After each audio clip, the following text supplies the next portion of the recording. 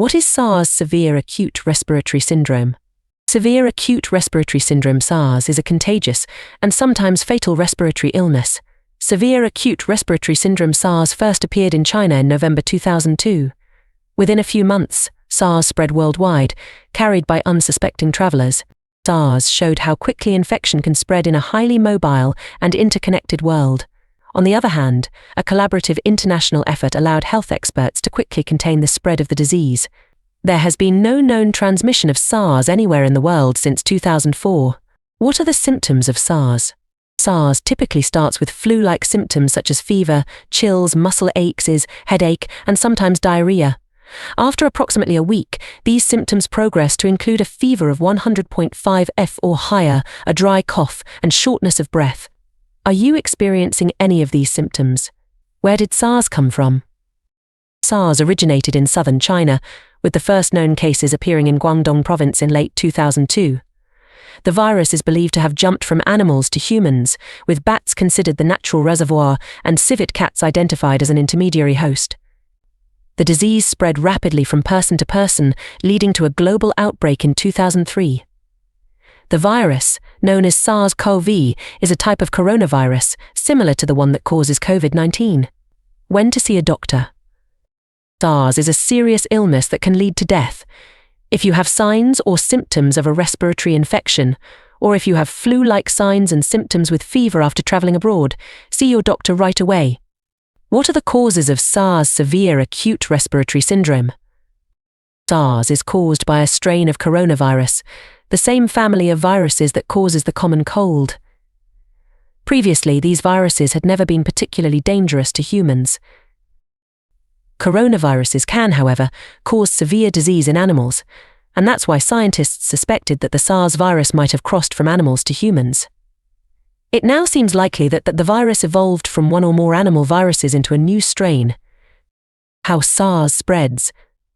Most respiratory illnesses, including SARS, spread through droplets that enter the air when someone with the disease coughs, sneezes, or talks. Most experts think SARS spreads mainly through close personal contact, such as caring for someone with SARS.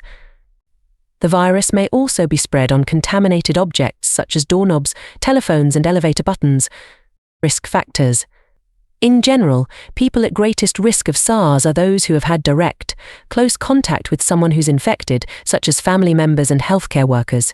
Complications. Many people with SARS develop pneumonia, and breathing problems can become so severe that a mechanical respirator is needed. SARS is fatal in some cases, often due to respiratory failure. Other possible complications include heart and liver failure. People older than 60, especially those with underlying conditions such as diabetes or hepatitis, are at the highest risk of serious complications. Prevention. Researchers are currently developing various vaccines for SARS, although none have yet been tested in humans.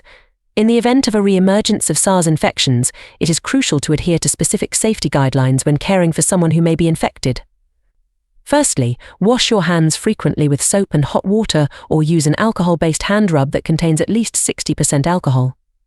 If you come into contact with the person's body fluids or feces, wear disposable gloves and discard them immediately after use, followed by thorough hand washing.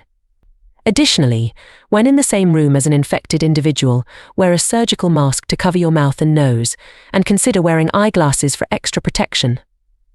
Personal items such as utensils, towels, bedding, and clothing should be washed with soap and hot water. Surfaces that may have been contaminated with sweat, saliva, mucus, vomit, stool, or urine should be cleaned using a household disinfectant while wearing disposable gloves, which should be discarded after cleaning. Continue to follow all these precautions for at least 10 days after the person's symptoms have subsided. If children develop a fever or respiratory symptoms within 10 days of exposure to someone with SARS, keep them home from school. Are you prepared to follow these guidelines if necessary? SARS treatment. At the time of the original outbreak, there were no targeted treatments available for SARS. Antiviral drugs like ribavirin and lopinavir-ritonavir were used, so were corticosteroids. The best treatment strategy for SARS remains unknown. People with SARS were mostly given supportive care, such as antibiotics to fight off other infections while they recovered, or steroids to reduce swelling in the lungs. In serious cases, they could be given blood plasma from someone who already recovered from SARS and whose plasma would have antibodies. If their symptoms were mild, they recovered at home, taking over-the-counter medications for a fever or muscle aches. But if the symptoms got worse, they may have gone to a hospital for more treatment, like getting fluids or oxygen. SARS test. During the initial SARS outbreak, there were no specific tests available for the virus. Diagnosis was typically based on observing symptoms and inquiring about recent travel to certain regions in Asia or close contact with someone suspected of having SARS. Today, however, we can diagnose SARS using various methods such as blood tests, stool tests, and nasal swab tests. Additionally, SARS-related pneumonia can be identified through CT scans or X-rays of the chest. Have you considered these modern testing methods if you suspect a SARS infection? Diagnosis. To diagnose SARS, a doctor would inquire about the patient's symptoms and conduct a physical examination. They would also likely ask if the person had recently visited an area where SARS was prevalent or cared for someone with SARS.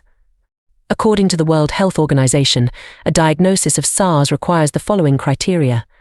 For a diagnosis of SARS, a person must have a fever of at least 100.4 degf and exhibit one or more symptoms of lower respiratory tract illness, such as a cough, difficulty breathing, or shortness of breath.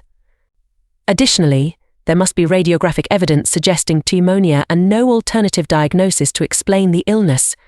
During the SARS outbreak, the disease was rare and its symptoms overlapped with those of the flu and pneumonia. It would only be possible for someone to contract SARS if there was an active outbreak and they had been in an affected area. As of now, there have been no reported cases of SARS since 2004. Are you familiar with these diagnostic criteria and the current status of SARS outbreaks? SARS outbreak. SARS first sprang to the world's attention in early 2003, though the first cases were reported in China in late 2002. Its origins were linked to horseshoe bats living in caves in mainland China. These bats harbor a coronavirus similar to that of SARS. The theory is that the bats infected civet cats, which were sold for food at live animal markets in the country. People were infected not from eating the civets, but from touching the animals as they raised or killed them. Over the first half of 2003, more than 8,000 people got sick in an outbreak that spread to 26 countries. Nearly 800 people died. Doctors and scientists tracked the disease to southeastern China, near Hong Kong.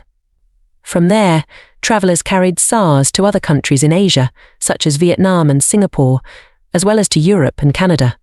Public health officials around the world scrambled to contain the outbreak, and there have been no reported cases since 2004. When is SARS most contagious? SARS is most contagious when symptoms are at their peak, particularly during the second week of illness. This is when the viral load in respiratory secretions is highest, making it more likely to spread to others through close contact, such as coughing or sneezing. It is also possible to spread the virus through direct contact with contaminated surfaces. Therefore, it's crucial to practice good hygiene and follow safety guidelines, especially when around someone showing symptoms of SARS. How does SARS affect the body? SARS primarily affects the respiratory system. The virus infects the lungs, leading to symptoms like fever, dry cough, and shortness of breath. As the infection progresses, it can cause pneumonia, resulting in difficulty breathing and reduced oxygen levels in the blood. In severe cases, SARS can damage the alveoli, the tiny air sacs in the lungs, leading to acute respiratory distress syndrome, which can be life-threatening. Additionally, SARS can affect other organs, causing symptoms such as muscle aches, headache, and sometimes diarrhea, indicating a systemic impact on the body.